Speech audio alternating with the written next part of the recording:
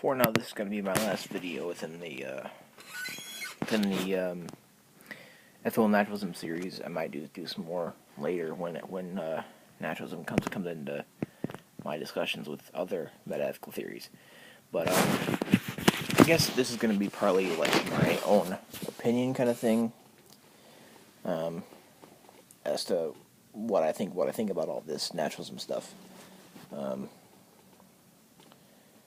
And I would say that I would kind of discuss what I would call a phenomenological naturalist, and this kind of comes from what Jackson says about the natural world and us. What Jackson said about the natural world and us is primarily that the natural world is there for us. For us, there is a world, and that world happens to be natural by virtue of us. Which is in fact very, very true.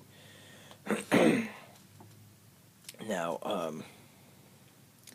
I would like to think of ethics in virtue of a phenomenological lens. And I'm thinking about that by virtue, by way of Werner Marx's Towards a Phenomenological Ethics, and the ethos in the life world, which I think is the best thing in ethics that happen to be phenomenological. Otherwise, you could go to Paul Ricoeur, as well as others. Well, Husserl had ethics, Sartre had ethics, and Heidegger did as well. And I would say I'm not too familiar with it.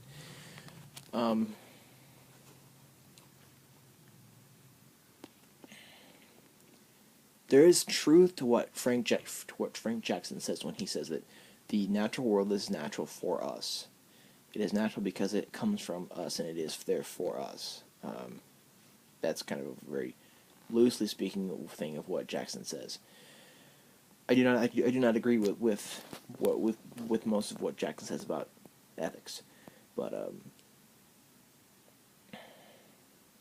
there is something to be said here about there being a world that is there for us.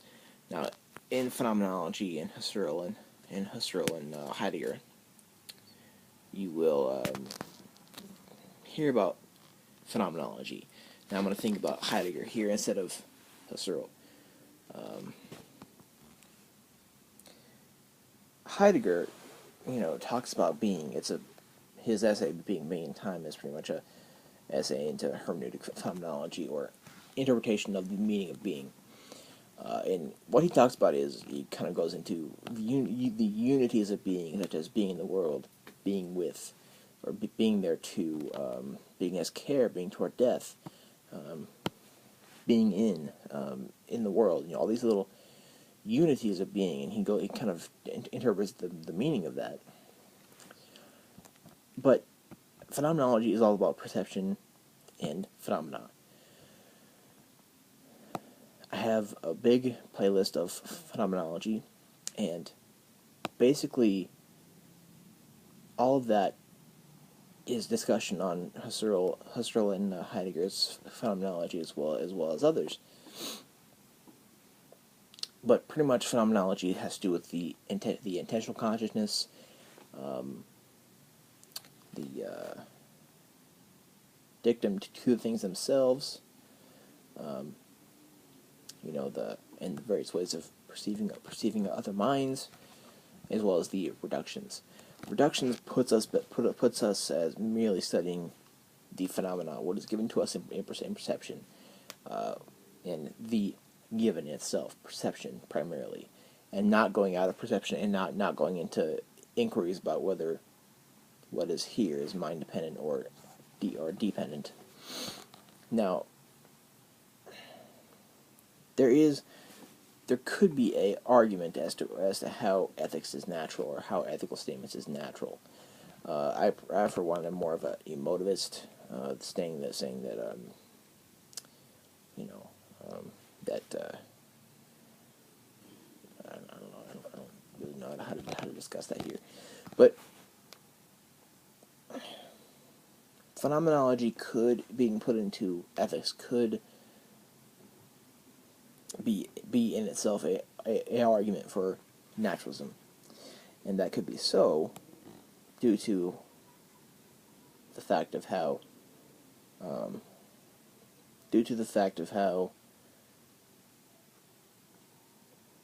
this world is here for us. It's for us, and this is the world that we live in, and it is the world that is given to us in perception, and it's given to me and you in perception, and that's how it's given. And I guess I'm not articulating my thoughts very well. Like I said, Jackson said that that ethical statements could be natural because the world of the natural world, and that world is natural for us. And in phenomenology, all you have is the perceived world. All you have is what is given in perception. That's all you have, and that's where you do your inquiries and your investigations. That's where you start, pretty much. And if you read Husserl's Crisis of the European Sciences, he will say that we have to do science based upon what is given to us in perception. That is, the crisis is itself that we're not doing science based on what is given to us in perception, but we're doing science on other things. That is not so given. And naturalist ethics says that ethics and ethical statements have a place in science, or have a place in the natural world as something that can be investigated just like anything else can in science. And it has a place in the world so where it can be investigated just like scientific things can. And if we're gonna talk about science, I think that ethical statements are in the same world within the phenomenological lens. Ethical statements and ethical thought is in the same lens, through the same lens, or in the same realm as scientific investigation is. It's all in the same realm, and in phenomenology, through what Husserl says in The Crisis, we have to investigate all of that scientifically, because that is all given to us in perception. We have to investigate it like that. So in a way, ethical statements are natural by way of how that works and how they have a place within this natural world.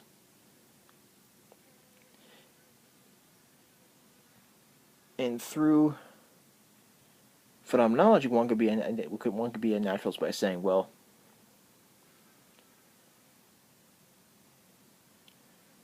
one could be a naturalist by way of saying, well, phenomenology brings us back to phenomena, and it involves these ethical things, and this is all that is natural in there for us. And since it is given in perception in the same horizon as scientific things are given,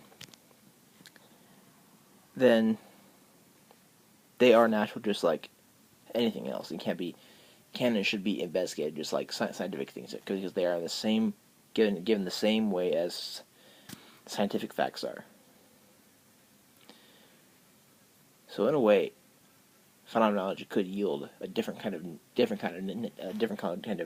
naturalism based upon us, and as to how the perceptual world is via us. Thanks. Let me know your thoughts.